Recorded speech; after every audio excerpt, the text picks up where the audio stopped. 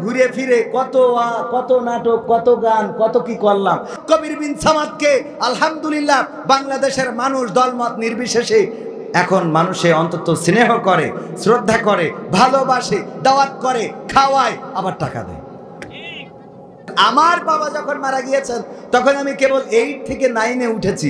আমার বাবা মারা গিয়েছেন 5 জানুয়ারি। কত? 5 জানুয়ারি 2002। 5 জানুয়ারি 2002 অনাকাঙ্ক্ষিতভাবে মারা গিয়েছেন। আপনারা জানেন অনেকেই আমার বাবার ইতিহাসটা।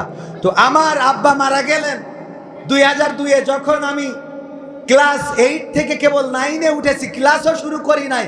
5 তারিখে মারা গেলেন। আমার আল্লাহর পরিকল্পনা ছিল আজ হোক কাল হোক কবির বিন সামাদকে মাস্টার আব্দুল সামাদের জায়গায় নিয়ে আসবো। এই পরিকল্পনা ছিল কার? আমার মা বেঁচে আছেন এখনো পর্যন্ত, চাইলে জিজ্ঞেস করতে পারেন। আমি যখন ছোটবেলায় মাহফিলে গিয়েছি সেখানে এতটাই অবহেলা পেয়েছি, বরং স্টেজে কথা বলতে দেয়া হয় নাই, স্টেজ থেকে নামিয়েও দেয়া হয়েছে।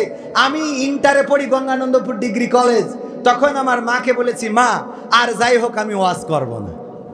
আমার মাকে বলেছি, মা বেঁচে আছে, আপনারা যাচাই করতে পারেন। কিন্তু আমার আল্লাহ চেয়েছেন যে আমি তোরে ওয়াজ করাবো। পরিকল্পনা কার? আমি চাইলে তো হবে না, আল্লাহ যেটা পরিকল্পনা করে রেখেছেন। এখন দেখেন, মানে যাই করি তাই করি, ঘুরে ফিরে কত নাটক, কত গান, কত কি করলাম। তারপরে আল্লাহ আবার এই জায়গায় আনলো যেই জায়গাটা ছিল। আমি বলি, আমার আব্বা ইন্তেকালের সময়, মারা যাওয়ার সময় অ্যাক্সিডেন্ট করে যখন মারা গিয়েছেন, এখনো ওই রাস্তা দিয়ে যখন যাই তখন ওই জায়গায় গেলেই আব্বার কথা মনে পড়ে যে এই রাস্তাটা ক্রস করছি, যেখানে আমার আব্বার রক্ত দেখেছিলাম পড়ে থাকতে পিচের উপরে। আমি ওই ক্যাম্পে আর যাইনি যে ক্যাম্পে আমার আব্বার গাড়িটা ছিল অথবা প্রথমে নিয়ে যাওয়া হয়েছিল। আমি সেই থানাতে আর কোনোদিন ঢুকিনি যেই থানার সামনে আমার আব্বার দেহখানা শোয়ানো ছিল। আমি দেখেছিলাম মাফলা দিয়ে, চাদর দিয়ে দেহখানা বাঁধা, কান থেকে রক্ত বেরোচ্ছে, শরীরে রক্ত লাগানো। চিৎকার করে বলেছিলাম, কালকে স্টেজে কথা বলেছেন আর আজকে নিথর ভাবে এখানে পড়ে আছেন এই জায়গায়।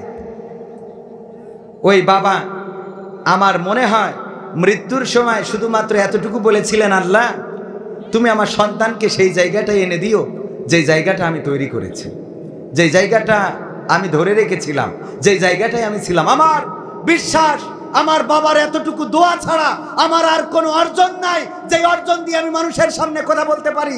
আমার বাবার এই দোয়া আজকে এত দূর পর্যন্ত নিয়ে এসেছে। এখনো আমার মা যাই নামাজের সারাটা রাত ইবাদত করেন, আমার জন্য দোয়া করেন।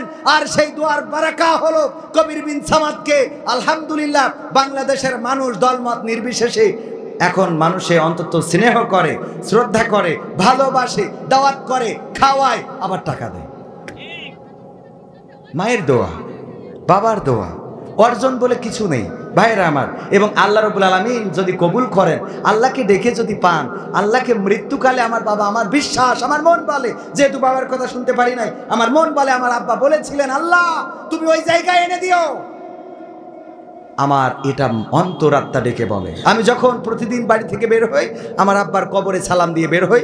যখন বাড়িতে ঢুকি আব্বার কবরে সালাম দিয়ে ঢুকি। অসংখ্যবার আব্বা ওয়াজ করে বলেছিলেন, আমি যদি যোগ্য সন্তান তৈরি করে যেতে পারি, ওই সন্তান আমার কবরে যে সালাম দিবে তার ভালো আমলগুলো আমি পাবো। আর যদি সন্তান খারাপ হয়ে যায় তাহলে সে সিনেমা দেখে আসবে, গাঁজা খাবে, মদ খাবে, ফেন্সিডিল খাবে, নেশা করবে, নারীদের পিছনে ঘুরবে, আর আমার কবরে এসে বলবে, আব্বা যা কিছু আনিলাম তোমার কিছু দিয়ে তুই তারপর ঘরে ঢুকতেছি। ঠিক না বেঠি? সুতরাং আমাদের পরিবর্তন হওয়া দরকার। কাঁদবেন কার কাছে? ডাকবেন কাকে? বিপদে পড়ে, মুসিবতে পড়ে, এমনকি যুবকেরা ভালোবাসার মানুষটাকে পাওয়া যাচ্ছে না, বলবেন কার কাছে?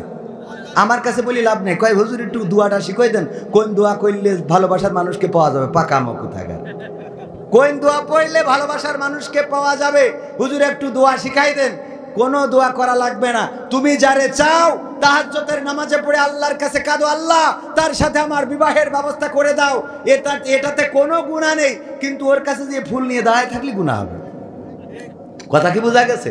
চাইবেন কার কাছে? আবার কারোর বউ সেই বসেন না যে আল্লাহ অমুখের বউ খুব ভাল লাগে, আল্লাহ দাও। এরম শয়তান আছে না নাই? আছে মানে কি? অনেক আছে। আবার মা বোনেরাও, মা বোনদের নিয়ে একটু কথা বলার দরকার ছিল। আগামী বছর বলবো ইনশাল্লাহ, যদি হায়াতে বেঁচে থাকি।